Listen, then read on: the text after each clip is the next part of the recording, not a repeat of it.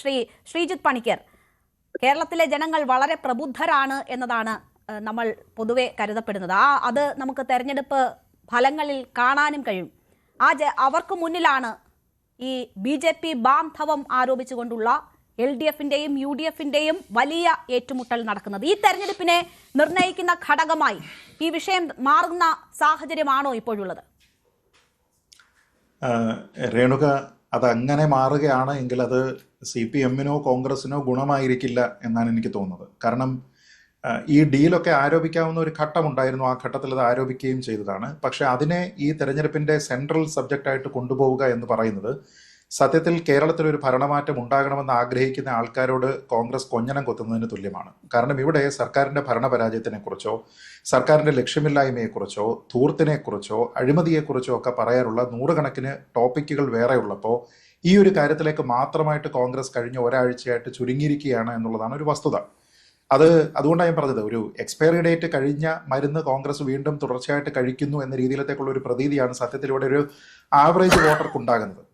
ഇപ്പോൾ ഡീൽ എന്ന് പറഞ്ഞിട്ട് പ്രധാനമായിട്ട് ആരോപണം ഉന്നയിക്കുന്നത് എവിടെയാണ്? 2020 കിട്ടിയിരിക്കുന്ന സീറ്റുകളെ കുറിച്ചാണ്. അപ്പോൾ 2020 നിശ്ചയമായിട്ടും അവർ BJPയുടെ ഒരു സഖ്യകക്ഷിയായിട്ട് വരുന്ന സമയത്ത്, NDAയിലുള്ള സമയത്ത്, അവർ സീറ്റിന്റെ നെഗോസിയേഷൻ വരുന്ന സമയത്ത് നിശ്ചയമായിട്ടും ചോദിക്കുക, അതിപ്പോൾ ഏതൊരു പാർട്ടിയാണെങ്കിലും ചോദിക്കുക, നിങ്ങൾക്ക് ഏറ്റവും കൂടുതൽ സ്വാധീനമുള്ള ചില മണ്ഡലങ്ങൾ ഞങ്ങൾക്ക് വേണം എന്ന് പറയുക. അങ്ങനെ ഒരു ആവശ്യം മുന്നോട്ട് വെക്കുക എന്ന് പറയുന്നത് സ്വാഭാവികമാണ്. അതല്ലാതെ ഒരു തരത്തിലും രക്ഷപ്പെടാത്ത 10,000-10,000 വോട്ട് മാത്രം കിട്ടുന്ന മണ്ഡലങ്ങൾ മാത്രമേ നിങ്ങൾക്ക് തരികയുള്ളൂ എന്ന് ഒരു സഖ്യകക്ഷിയോട് പറയാനും കഴിയില്ല. അപ്പോൾ എന്ത് സംഭവിക്കും? BJPയെ സംബന്ധിച്ചിടത്തോളം 30,000-35,000 വോട്ട് അവർക്ക് കിട്ടുന്ന A ക്ലാസ് മണ്ഡലങ്ങൾ എന്ന് അവർ പരിഗണിക്കുന്ന ചില മണ്ഡലങ്ങളൊക്കെ തന്നെ ഈ സഖ്യകക്ഷികൾക്ക് കൊടുക്കേണ്ടി വരും.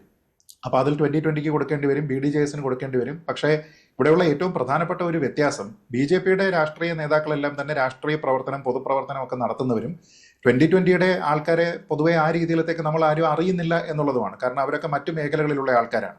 അതുകൊണ്ടാണ് ആ രീതിയിലത്തേക്കുള്ള ആരോപണം ഉണ്ടാകുന്നത്. ഉദാഹരണത്തിന് തൃപ്പൂണിത്തുറ എന്നുള്ള ഒരു സീറ്റ് വളരെ ഓർഗാനിക്കായിട്ട് BJPക്ക് വളർച്ചയുള്ള, കൊടുങ്ങല്ലൂരിനേക്കാൾ വളർച്ചയുള്ള, ഇത്തവണ മുനിസിപ്പാലിറ്റി വരെ പിടിച്ചിരിക്കുന്ന ഒരു സ്ഥലത്ത് BJPയുടെ ഒരു സ്ഥാനാർത്ഥിയാണ് സത്യത്തിൽ അവിടെ മത്സരിക്കേണ്ടിയിരുന്നത്. പക്ഷെ അവരുണ്ടാക്കിയിരിക്കുന്ന മുന്നണി ധാരണ അനുസരിച്ച് ചില A ക്ലാസ് മണ്ഡലങ്ങൾ 2020 കൊടുക്കുന്ന സമയത്ത് അതിൽ ഉൾപ്പെട്ട മണ്ഡലമായി പോയി തൃപ്പൂണിത്തുറ എന്നുള്ളതാണ്. അത് BJP കുറച്ചുകൂടി കോഷ്യസ് ആകേണ്ടതായിരുന്നു. അതല്ലാതെ തോക്കുന്ന സീറ്റുകൾ മാത്രം നിങ്ങൾക്ക് തരാം, അല്ലെങ്കിൽ ഒരു മത്സര സാധ്യത ഇല്ലാത്ത സീറ്റുകൾ മാത്രം നിങ്ങൾക്ക് തരാമെന്ന് BDJSനോടോ അല്ലെങ്കിൽ 2020യോടോ ഏറ്റവും വലിയ സഖ്യകക്ഷിയായിട്ടുള്ള, സഖ്യത്തിലെ ഏറ്റവും പ്രധാനപ്പെട്ട കക്ഷിയായിട്ടുള്ള BJPക്ക് പറയാൻ കഴിയില്ല. കാരണം മറ്റുള്ള ആൾക്കാരും തെരഞ്ഞെടുപ്പിൽ നിന്ന് മത്സരിച്ച് നോക്കാമെന്ന ഉദ്ദേശത്തിൽ തന്നെയാണല്ലോ മത്സരിക്കുക. അപ്പൊ അതുകൊണ്ട് ഞാൻ പറഞ്ഞത്, ഡീൽ എന്ന് പറയുന്ന ഒരു ആരോപണത്തിനെ ഇങ്ങനെയുള്ള ചില സീറ്റുകളുടെ അടിസ്ഥാനത്തിൽ ഇത്രമേൽ വലിയ ചർച്ചയാക്കേണ്ടുന്ന ആവശ്യം ഉണ്ടായിരുന്നില്ല. ഇപ്പോൾ VD സതീശന്റെ ഗോൾവൽക്കർ അനുസ്മരണത്തിനെ കുറിച്ച് ആരാണ് പറഞ്ഞിരിക്കുന്നത്? മുഖ്യമന്ത്രി ശ്രീ പിണറായി വിജയൻ തന്നെയാണ്. അങ്ങനെ ഒരു സാഹചര്യം ഉണ്ടാക്കിയത് ഈ പ്രൊലോങ്ഡ് ആയിട്ടുള്ള ഈ ഒരു ചർച്ചയാണ്. അതല്ലാതെ അത് കേവലം 1-2 ദിവസം മാത്രം 1-2 നേതാക്കന്മാരുടെ ഭാഗത്ത് നിന്ന് മാത്രം ഉണ്ടായിരിക്കുന്ന ഒരു പ്രധാനപ്പെട്ട തെരഞ്ഞെടുപ്പ് സബ്ജക്ട് എന്ന രീതിയിൽ അല്ലായിരുന്നു അത് വരുന്നത് എങ്കിൽ ഒരുപക്ഷെ ശ്രീ പിണറായി വിജയന്റെ ആ പോസ്റ്റ് ഉണ്ടാവുമായിരുന്നില്ല. നമ്മൾ നോക്കിയാൽ ഈ ഡീൽ എന്ന് പറയുന്ന ആരോപണം ആദ്യം ശ്രീ VD സതീശനും ശ്രീ KC വേണുഗോപാലും ഒക്കെ പറഞ്ഞ് അതവിടെ നിലനിർത്തിയിരുന്ന സമയത്ത് പോലും മുഖ്യമന്ത്രി അതിൽ ഈ തരത്തിൽ പ്രതികരിച്ചിരുന്നില്ല. സത്യത്തിൽ ഏതെങ്കിലും പാർട്ടികൾ തമ്മിൽ, കേരളത്തിലുള്ള ഏതെങ്കിലും പാർട്ടികൾ തമ്മിൽ ഒരു ഡീൽ ഉണ്ട് എങ്കിൽ അത് കോൺഗ്രസും CPM-ഉം തമ്മിലാണ്. അത് കേരളത്തിന്റെ അതിർത്തിക്ക് പുറത്താണ് എന്നുള്ളത് മാത്രമേ ഉള്ളൂ. വളരെ ഓപ്പൺ ആയിട്ടുള്ള ബാന്ധവമാണ്. ഇപ്പോൾ ശ്രീ രാഹുൽ ഗാന്ധി ഇത്തരത്തിലുള്ള ഒരു ഡീലിനെ പറ്റി പറയുന്നു. കോൺഗ്രസിലുള്ള ആൾക്കാരൊക്കെ തന്നെ പറയുന്നത് പോലെയുള്ള ഒരു കമ്മ്യൂണിസ്റ്റ് ജനതാ പാർട്ടി എന്നുള്ള CJP എന്ന് പറയുന്ന ഒരു അജണ്ട ശ്രീ രാഹുൽ ഗാന്ധി തന്നെ മുന്നോട്ട് വെക്കുന്നു. രാഹുൽ ഗാന്ധിക്ക് എങ്ങനെയാണ് അതിന് കഴിയുക? കാരണം കേരളത്തിൽ മാത്രം തട്ടകമായി പ്രവർത്തിക്കുന്ന ഒരു നേതാവിന് അത് പറയാം. പക്ഷേ ശ്രീ രാഹുൽ ഗാന്ധി കഴിഞ്ഞ ലോക്സഭാ തെരഞ്ഞെടുപ്പിന്റെ സമയത്തും ശ്രീ സീതാറാം യെച്ചൂരിയുടെയും D രാജയുടെയും ഒക്കെ കൈകോർത്ത് നിൽക്കുന്ന ചിത്രങ്ങളാണ് നമ്മൾ കണ്ടിട്ടുള്ളത്. അപ്പൊ അങ്ങനെ ഈ കേരളത്തിന് ഉള്ളിൽ ഒരു CPM, കേരളത്തിന് പുറത്ത് വേറൊരു CPM എന്ന രീതിയിലത്തേക്ക് ഒളിഞ്ഞും തെളിഞ്ഞുമുള്ള ഒരു ബന്ധത്തിൽ ഒരു സ്റ്റേറ്റ്മെന്റ് ഒരു കേന്ദ്ര നേതാവ്, പ്രത്യേകിച്ച് ലോക്സഭയിലെ പ്രതിപക്ഷ നേതാവായിട്ടുള്ള ഒരു നേതാവ് അത് പറയുക എന്ന് പറയുന്നത് അനഭിലഷണീയമാണ്. അങ്ങനെയെങ്കിൽ എനിക്ക് കോൺഗ്രസിനോട് ചോദിക്കാനുള്ള, ശ്രീ രാഹുൽ ഗാന്ധിയോട് ചോദിക്കാനുള്ള ഒരൊറ്റ ചോദ്യം മാത്രമേ ഉള്ളൂ. സംഘപരിവാറുമായി ഒളിഞ്ഞും തെളിഞ്ഞും ബന്ധമുള്ള CPM-ഉമായി ഇന്ത്യ സഖ്യത്തിൽ നിങ്ങൾ എന്തിനാണ് യോജിക്കുന്നത്? അങ്ങനെയാണെങ്കിൽ ഈ സഖ്യത്തിൽ CPM വേണ്ട എന്ന് നിങ്ങളൊരു നിലപാട് പറയാത്തത് എന്താണ്? CPI-യും CPM-ഉം നമുക്ക് വേണ്ട എന്ന് പറയണം. കാരണം രാഹുൽ ഗാന്ധിക്ക് പോലും ആ തരത്തിലുള്ള ഒരു ആക്ഷേപമുള്ള സ്ഥിതിക്ക് അതുണ്ടാകണം.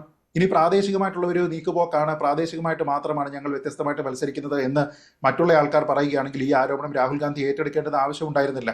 സത്യത്തിൽ ഇവിടെ കോൺഗ്രസിന്റെ ആരോപണം കേട്ടാൽ തോന്നുക ഇപ്പോൾ 2020 കൊടുത്തിരിക്കുന്ന സീറ്റുകളൊക്കെ സ്ഥിരമായിട്ട് BJP ജയിക്കുന്ന മണ്ഡലങ്ങളാണെന്ന് തോന്നിപ്പോകും. ഞാൻ നേരത്തെ പറഞ്ഞതുപോലെ ഒരു 30,000-ഓ 35,000-ഓ വോട്ടുള്ള മണ്ഡലങ്ങളെയാണ് അവർ സാധാരണ എ ക്ലാസ് മണ്ഡലങ്ങൾ എന്ന് പറയുന്നത്. അതിലുള്ള ചില മണ്ഡലങ്ങൾ മറ്റൊരു പാർട്ടിക്ക് കൊടുത്തു എന്നതിന്റെ അടിസ്ഥാനത്തിൽ അതിനെ പ്രധാനപ്പെട്ട തെരഞ്ഞെടുപ്പ് വിഷയമാക്കുക എന്ന് പറയുമ്പോൾ ഇവിടെ എത്രയോ ചർച്ച ചെയ്യപ്പെടേണ്ടിയിരുന്ന വിഷയങ്ങൾ ആരോഗ്യ മേഖലയിൽ, വിദ്യാഭ്യാസ മേഖലയിൽ, ഇൻഡസ്ട്രീസുമായി ബന്ധപ്പെട്ട്, പോലീസിംഗുമായി ബന്ധപ്പെട്ട്, റോഡ് ഡെവലപ്മെന്റുമായി ബന്ധപ്പെട്ട് എത്രയോ വിഷയങ്ങളുണ്ടായിരുന്നു. ആ വിഷയങ്ങളെ മുഴുവൻ ഇത് എടുത്തുകൊണ്ട് പോയിട്ട് ഇവിടെ നാട്ടുകാരുടെ അടുത്ത് ഞങ്ങൾ BJP-യെ പ്രതിരോധിക്കണം. ഒന്ന് ആലോചിച്ച് നോക്കുക. നിയമസഭയിൽ 0 സീറ്റുള്ള ഒരു കക്ഷിയെ പ്രതിരോധിക്കുന്നതിനെ കുറിച്ചാണ് രണ്ട് പ്രധാനപ്പെട്ട ഭരണം നോക്കുന്ന പാർട്ടികൾ തമ്മിൽ അങ്ങോട്ടും ഇങ്ങോട്ടും അടിയുണ്ടാക്കുന്നത്. നീ അവന്റെ കൂടെ അല്ലേ, അവൻ നിന്റെ കൂടെ അല്ലേ എന്ന് അങ്ങോട്ടും ഇങ്ങോട്ടും ചോദിക്കുകയാണ്. കേരളത്തിലെ ഒരു പ്രബല കക്ഷിയായിട്ട് നിയമസഭയിൽ വന്നിട്ടില്ലാത്ത ഒരു പാർട്ടിയെ കുറിച്ചാണ്. അപ്പൊ അതിന്റെ പിന്നിലുള്ള ഉദ്ദേശം എന്താണ്? Minority vote consolidation.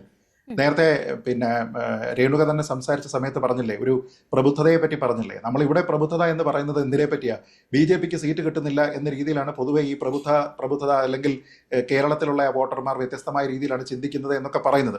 ആ BJP വിരുദ്ധ രാഷ്ട്രീയത്തിനെ കച്ചവടമാക്കുന്നതിനും അതുവഴി ന്യൂനപക്ഷങ്ങളുടെ വോട്ട് ഏകീകരിക്കുന്നതിനും വേണ്ടിയിട്ടാണ് ഇവർ ഈ ചെയ്യുന്നത്.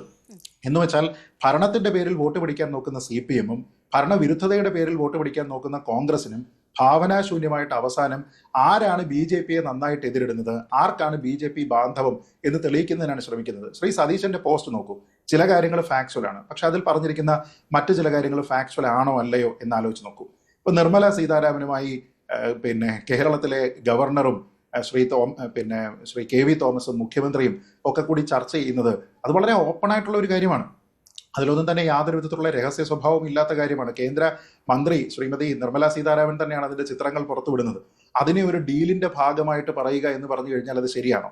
അതേപോലെ കേന്ദ്ര റോഡ് ഗതാഗത മന്ത്രിയായിട്ടുള്ള ശ്രീ നിതിൻ ഗഡ്കരിയെ മുഖ്യമന്ത്രി സന്ദർശിക്കുന്ന സമയത്ത് അദ്ദേഹത്തിന് പൊന്നാട അണിയിക്കുകയോ അദ്ദേഹത്തിന് ഉപഹാരം കൈമാറുകയോ ചെയ്യുക എന്ന് പറയുന്നതിനെ ഒരു ഡീലിന്റെ ഭാഗമായിട്ട് പറയാൻ കഴിയുന്ന കാര്യമാണോ? ഇപ്പൊ ഞാൻ ചോദിക്കുന്നത്, ഭരണമാറ്റം വരുന്നു, കോൺഗ്രസിൽ നിന്നൊരു മുഖ്യമന്ത്രി ഉണ്ടാകുന്നു, അദ്ദേഹം കേന്ദ്രത്തിലുള്ള ഏതെങ്കിലും ഒരു മന്ത്രാലയത്തിൽ അതിന്റെ മന്ത്രിയെ കാണാനോ പ്രധാനമന്ത്രിയെ കാണാൻ പോകുന്ന സമയത്ത് ഉപഹാരങ്ങളൊക്കെ കൊടുക്കില്ലേ? പ്ലസൻട്രീസ് ഒക്കെ എക്സ്ചേഞ്ച് ചെയ്യില്ലേ? അതിനെയൊക്കെ തന്നെ നമ്മൾ ഈ ഡീലിന്റെ ഭാഗമെന്ന് പറയുന്നത് എന്തിനാന്ന് എനിക്ക് മനസ്സിലാകുന്നില്ല. അതല്ലാതെ 100 കൂട്ടം കാര്യങ്ങൾ അദ്ദേഹത്തിന് പറയാനുണ്ട് അല്ലെ? അതിൽ പലതരത്തിലുള്ള അനാവശ്യമായിട്ടുള്ള ഇടപെടൽ. ഇപ്പൊ PM ശ്രീ വളരെ വാലിഡ് ആയിട്ടുള്ള പോയിന്റാണ്. PM ശ്രീയുമായി ബന്ധപ്പെട്ട് ഈ പാടിലോറി വരുന്ന സമയത്ത് തവള മസിൽ പിടിച്ചിരിക്കുന്നത് പോലെ സംസ്ഥാന സർക്കാർ ഇരുന്നിട്ട് അവസാനം ഈ ലോറി അടുത്ത് വരുന്ന സമയത്ത് ഓടിപ്പോകുന്നു എന്ന് പറയുന്നതിനെ ഇതിൽ പറഞ്ഞിരിക്കുന്ന പോലെ മുഖ്യമന്ത്രി അല്ലെങ്കിൽ ശിവൻകുട്ടി വളഞ്ഞ് കുനിഞ്ഞു നിന്ന് അവസാനം ഒപ്പിട്ട് കൊടുത്തില്ലേ എന്ന് ചോദിക്കുന്നത് കൃത്യമായ രാഷ്ട്രീയ വിമർശനമാണ്. പക്ഷേ മറ്റുള്ള കാര്യങ്ങളെ അതുമായിട്ട് തുലനം ചെയ്യുന്ന സമയത്ത് അത് ഡൈല്യൂട്ടായി പോകുന്നുണ്ട് എന്നുള്ള ഒരു പ്രശ്നമുണ്ട്. കോൺഗ്രസ് ഇനിയെങ്കിലും മനസ്സിലാക്കേണ്ടത് വളരെ ചുരുങ്ങിയ സമയമേ ഉള്ളൂ. ഭരണവിരുദ്ധ വികാരം എന്നുള്ള ഒരു കാര്യത്തിനെ ആംപ്ലിഫൈ ചെയ്യുന്ന രീതിയിലേക്ക് നിങ്ങൾക്ക് ഭാവനാപൂർണ്ണമായിട്ട് പോയിന്റുകൾ വോട്ടർമാരുടെ മുന്നിലേക്ക് എത്തിക്കുക എന്നുള്ളതാണ്. പ്രതിപക്ഷത്തിരുന്ന UDF-ന് ഒരു കൃത്യമായ ഒരു മാനിഫെസ്റ്റോ അവതരിപ്പിച്ചുകൊണ്ട് തെരഞ്ഞെടുപ്പിലേക്ക് പോകാൻ പോലും പറ്റുന്നില്ലേ എന്നൊരു ചോദ്യം കൂടി ഉയരുകയാണ്. അങ്ങനെ ഒരു ഗ്രഹപാഠം പോലും ചെയ്യാൻ പറ്റിയില്ലേ എന്നൊരു ചോദ്യം. ഞാൻ താങ്കളിലേക്ക് തിരിച്ചെത്താം. ഇപ്പോൾ നമുക്ക് കൂടുതൽ വാർത്തകൾക്ക് News 18 Keralam YouTube channel subscribe ചെയ്യുക.